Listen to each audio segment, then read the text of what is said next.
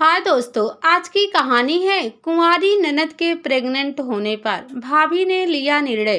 कहानी अगर पसंद आए तो वीडियो को लाइक एवं सब्सक्राइब जरूर करना। रात भर नंदना की आंखों में नींद नहीं थी। उसे कुछ समझ नहीं आ रहा था कि उसके साथ क्या हो रहा है। पूरे शरीर टूट रहा था। सुबह उठी तो ऐसा लगा चक्कर खाकर गिर जाएगी। गिरने से बचने के लिए बेड पर बैठ गई। नंदना चुपचाप अपने बेड पर बैठी थी कि तभी उसे अपनी भाभी तनुजा की आवाज सुनाई दी। क्या बात है नंदू, आज तुम्हें ऑफिस नहीं जाना है क्या? नंदना ने किसी तरह भाभी को जवाब दिया कि हाँ भाभी, जाना है, अभी तैयार हो रही हूँ। नंदना की आवाज की सुस्ती को महसूस कर तनुजा अपना काम छोड़कर उसके कमरे में चली आई। पूछा, क्या बात है नंदू, तुम्हारी तबीयत तो ठीक है? हाँ भाभी, नंदू ने जवाब दिया। देखकर तो नहीं लगता। तनुजा उसका माथा छूते हुए बोली, अरे तुम्हें तो बहुत तेज बुखार है। हाँ भाभी, कहते हुए नंदना बाथरूम की तरफ भागी। उसे बहुत तेज उबकाई आई। तनुजा भी उसके पीछे पीछे गई। नंदना उल्टी कर रही थी। तनुजा चिंतित हो गई कि पता नहीं क्या हो गया नंदू को। इसके भैया भी शहर से बाहर गए हुए हैं। समझ नहीं आ रहा क्या करे।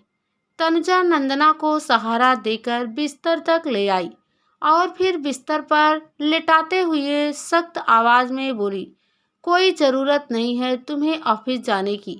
तुम्हारी तबीयत ठीक नहीं है। नंदना बिना कोई जवाब दिए चुपचाप लेट गई। तनुजा नंदना के लिए चाय लेने किचन में चली गई। जब वह चाय लेकर आई तो देखा कि नंदना की आंखों से आंसू टपक रहे हैं। तनुजा उसके आंसू पोंछते हुए बोली, रो क्यों रही है पगली? ठीक हो जाएगी। आप मेरा कितना ध्यान रखती हो भाभी। आपने कभी मुझे माँ की कमी महसूस नहीं होने दी। हमेशा अपने स्नेह तले रखा। मेरी हर गलती को माफ़ किया। पता नहीं भाभी, मुझे कुछ अच्छा नहीं लग रहा है। क्या हो गया है तुझे? चाय नाश्ता कर ले, फिर डॉक्टर के पास ले चलती हूँ। तनुजा के कहने पर नंदना डॉक्टर के पास चलने को तैयार हो गई। तनुजा की सहेली माधवी बहुत अच्छी डॉक्टर है। वह नंदना को उसी के पास ले गई। माधवी ने नंदना का चेकअप करने के बाद तनुजा को अपने कैबिन में बुलाया और बोली, तनुजा, नंदना की शादी हो गई है क्या? नहीं माधवी, अभी तो नहीं हुई। हाँ, उसके रिश्ते की बात जरूर चल रही है। पर तू ये सब क्यों पूछ रही है? कुछ सीरियस है क्या? हाँ तनुजा, बात तो सीरियस ही है। नंदना प्रेग्नेंट है। लगभग 4 महीने हो चुके हैं। माधवी की बात सुनते ही तनुजा के पैरों तले से जमीन ही निकल गई। वह मन ही मन बुदबुदाने लगी कि नंदना, तूने यह क्या किया? 4 महीने हो गए और मुझे बताया तक नहीं। और फिर तनुजा नंदना को लेकर घर आ गई। उसकी समझ में नहीं आ रहा था कि उससे इस बारे में कैसे पूछे। तनुजा ने नंदना को दवा और खाना देकर सुला दिया। फिर सोचा शाम तक इसकी तबीयत ठीक हो जाएगी, तब इससे तसल्ली से पूछेगी कि ये सब कैसे हुआ। शाम को 5 बजे चाय लेकर तनुजा नंदना के कमरे में पहुंची तो देखा वह रो रही है। नंदना के सिरहाने बैठते हुए तनुजा बोली, नंदू उठो, चाय पी लो, फिर मुझे तुमसे कुछ ज़रूरी बातें करनी है। जी भाभी, मुझे भी आपसे एक बात करनी है, कहकर नंदना चाय पीने लगी। चाय पीने के बाद दोनों एक दूसरे का मुंह देखने लगी कि बात की शुरुआत कौन पहले करे। आखिर मौन को तोड़ते हुए तनुजा बोली, नंदना, तुम्हें पता है कि तुम प्रेग्नेंट हो? नहीं भाभी, पर मुझे कुछ अजीब सा महसूस हो रहा है। नंदना की बात पर तनुजा को गुस्सा आ गया। तुम 30 साल की होने वाली हो नंदना, और तुम्हें यह पता नहीं कि तुम प्रेग्नेंट हो? 4 महीने हो चुके हैं। कैसे इतनी बड़ी बात तुमने मुझसे बताने की ज़रूरत नहीं समझी? तुम्हारे भैया को और पापा जी को क्या जवाब दूंगी मैं? दोनों ने तुम्हारी जिम्मेदारी मुझ पर छोड़ी है और तुमने ऐसा कर दिया कि मैं उन्हें मुंह दिखाने लायक नहीं रही।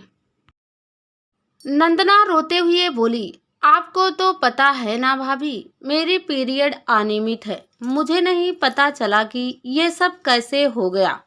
तनुजा अपने गुस्से पर काबू रखते हुए बोली, कौन है वह जिसे तुम प्यार करती हो? किसके साथ रहकर तुमने अपनी मर्यादा की सारे हदें नाप दी? अगर तुम्हें कोई पसंद था तो मुझे बताती ना, मैं बात करती तुम्हारी शादी की। भाभी, मैं और भैया के बॉस वीरेंद्र। इतना कहकर नंदना रोने लगी। सत्यानाश नंदना, वीरेंद्र तो शादीशुदा है और उसके बच्चे भी हैं। वह तुमसे शादी करेगा? पता नहीं भाभी, वंदना धीरे से बोली। जब भैया ने मुझे उनसे पार्टी में मिलाया था तो मुझे नहीं पता था कि वह शादीशुदा है। उन्होंने तो मुझे अभी भी नहीं बताया। यह आप बता रही हैं। नंदना की बात सुनकर तंजा गुस्से से पागल सी हो गई। फिर नंदना के कंधे झकझोरते हुए बोली, अब मैं क्या करूं नंदना, तुम ही बताओ। मुझे तो समझ में नहीं आ रहा है। 4 दिनों में पापा जी और तुम्हारे भैया आ जाएंगे। कैसे उनका सामना करोगी तुम? मुझे बचा लो भाभी। भैया और पापा को पता चल गया तो मैं कहीं की नहीं रहूंगी। भैया तो मार ही डालेंगे मुझे। कुछ सोचने दो मुझे, कहकर तंजा अपने कमरे में चली गई। सारी रात सोचते रहने के बाद उसने यही तय किया कि उसे रजत को बताना ही होगा कि नंदना प्रेग्नेंट है। भले ही गुस्सा होंगे, लेकिन कोई हल तो निकलेगा। सुबह ही तनुजा ने पति रजत को फोन करके सारी बात बता दी। सब कुछ सुनने के बाद रजत सन्न रह गया। फिर बोला, मैं दोपहर की फ्लाइट से घर आ रहा हूँ। तब तक तुम अपनी सहेली माधवी से बात कर लो। अगर एबॉर्शन हो जाए तो अच्छा है, बाकी बातें बाद में देखेंगे। मुझे नहीं पता था कि वीरेंद्र मुझे इतना बड़ा धोखा देगा, कहकर रजत ने फोन रख दिया। घर का काम निपटाने के बाद तंजा नंदना के कमरे में गई। वह घुटनों पर मुंह रखे रो रही थी। तंजा उसके कंधे पर हाथ रखते हुए बोली, अब रोने से कुछ नहीं होगा नंदू, चलो हम डॉक्टर के पास चलते हैं। और दोनों तैयार होकर माधवी के पास पहुंची। तंजा माधवी से बोली, अबॉर्शन कराना है नंदना का? ठीक है, चेकअप करती हूँ कि हो सकता है या नहीं। नंदना का चेकअप करने के बाद माधवी बोली, आई एम सॉरी तंजा, यह एबॉर्शन नहीं हो पाएगा। इससे नंदना की जिंदगी को खतरा हो सकता है। 4.5 महीने हो चुके हैं। माधवी की बात सुनकर तंजा परेशान हो उठी। उसकी समझ में नहीं आ रहा था कि अब क्या करे। थोड़ी दिनों में तो सबको पता चल जाएगा नंदना के बारे में। फिर क्या होगा इसकी जिंदगी का? कौन करेगा इससे शादी? अपनी नासमझी में नंदू ने इतनी बड़ी गलती कर दी है कि जिसकी कीमत उसे जिंदगी भर चुकानी पड़ेगी। नंदू की हालत के बारे में सोचकर तंजा की आंखों में आंसू आ गए। क्या करूं, कैसे संवारूं मैं नंदू की जिंदगी को? तंजा अपना सिर हाथों में दबाए सोच ही रही थी कि तभी रजत की आवाज सुनाई दी। क्या हुआ तनु, सब ठीक है ना? रजत को देखते ही तंजा उससे लिपट गई। कुछ भी ठीक नहीं है रजत, इस बेवकूफ लड़की ने अपनी जिंदगी बर्बाद कर ली। माधवी कह रही है अगर एबॉर्शन हुआ तो उसकी जान चली जाएगी। रजत झल्लाते हुए बोला, चली जाए जान इसकी, क्या मुंह दिखाएंगे हम लोगों को? कैसी बातें कर रहे हो आप? आखिर नंदू हमारी बेटी जैसी है। उसने गलती की है तो उसे सुधारना हमारी जिम्मेदारी है ना। आप हिम्मत ना हारे, कोई ना कोई रास्ता निकलेगा ही। फिलहाल हम नंदू को घर ले चलते हैं। रजत और तंजा नंदना को लेकर घर आ गए।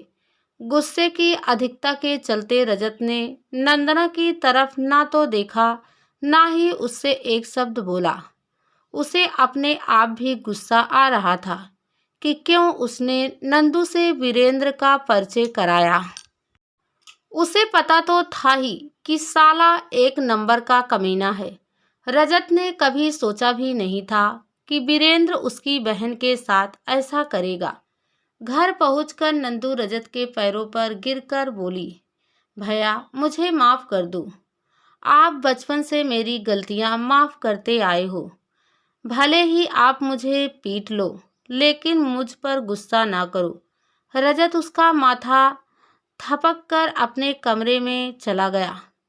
उस दिन तीनों में से किसी ने भी खाना नहीं खाया। सब परेशान थे। किसी को भी कुछ समझ नहीं आ रहा था कि क्या किया जाए। तंजा बोली, 3 से 4 दिन में पापा जी आ जाएंगे, उनसे क्या कहेंगे। नंदना के बारे में सुनकर तो उन्हें हार्ट अटैक ही आ जाएगा। रजत बोला, मैं पापा से कह देता हूँ कि वे अभी कुछ दिन और चाचा के यहाँ रह ले, तब तक हम कुछ सोच लेंगे। ठीक है, कहकर तंजा अपने कमरे में चली गई और नंदना भी सोने चली गई। जब रजत कमरे में आया तो तंजा उनसे बोली, मैं सोच रही थी कि कुछ दिनों के लिए शिमला वाले भैया के पास चली जाऊं नंदना को लेकर। वहां जाकर क्या करोगी? तुम्हारे भैया तो अकेले रहते हैं ना? रजत ने कहा। हाँ, तंजा ने जवाब दिया, शादी नहीं की है उन्होंने। सोच रही हूँ उनसे नंदना से शादी करने की बात कहूँ। वह मेरी बात नहीं काटेंगे। यह तो ठीक नहीं है तंजा कि तुम नंदना को जबरदस्ती उनसे बांध दो। वैसे उन्होंने शादी क्यों नहीं की अभी तक? 37-38 साल के तो हो ही गए होंगे ना। चल, वह जिस लड़की से प्यार करते थे उसने उन्हीं के दोस्त के साथ अपना घर बसा लिया। तब से भैया का मन उचट गया। बहुत सारी लड़कियां बताई पर उन्हें कोई भी नहीं जची। मुझे लग रहा है नंदना और उनकी जोड़ी ठीक रहेगी। मैं एक बार नंदना से भी पूछ लेती हूँ। जैसा तुम्हें ठीक लगे वैसा करो। अब तो दूसरा रास्ता भी नजर नहीं आ रहा। शहर में जाकर नंदना भी धीरे धीरे सब कुछ भूल जाएगी। अगले ही दिन तंजा नंदना को लेकर शिमला चली गई। रजत ने अपने पापा को कुछ दिनों तक मुंबई चाचा के पास ही रुकने को कह दिया।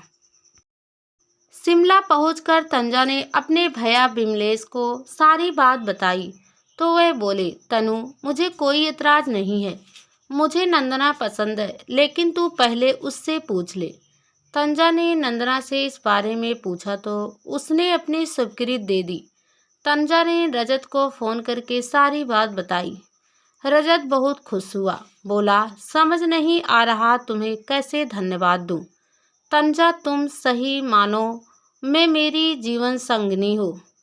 तुम्हारी जगह कोई और होती तो बात का बतंगड़ बना देती, लेकिन तुमने बिगड़ी बात को अपनी समझ से बना दिया। मैं सारी जिंदगी तुम्हारा आभारी रहूँगा। कैसी बातें कर रहे हो आप? क्या नंदना मेरी कुछ नहीं है? उसे मैंने हमेशा अपनी छोटी बहन की तरह माना है। रजत ने पापा को फ़ोन करके बुला लिया और उन्हें सारी बात बता दी। साथ ही यह भी बता दिया कि परेशान होने की ज़रूरत नहीं है। तंजा के भैया बिमलेश को नंदना बहुत पसंद है और उन्होंने उससे विवाह करने की इच्छा जताई है। फिर दोनों परिवारों की रजामंदी से नंदना का विवाह बिमलेश के साथ हो गया। विदाई के साथ नंदना अपनी भाभी तंजा के गले लगकर खूब रोई। वह बस यही बोले जा रही थी कि आपने मेरी जिंदगी फिर से संवार दी भाभी। आप जैसी भाभी सभी को मिले।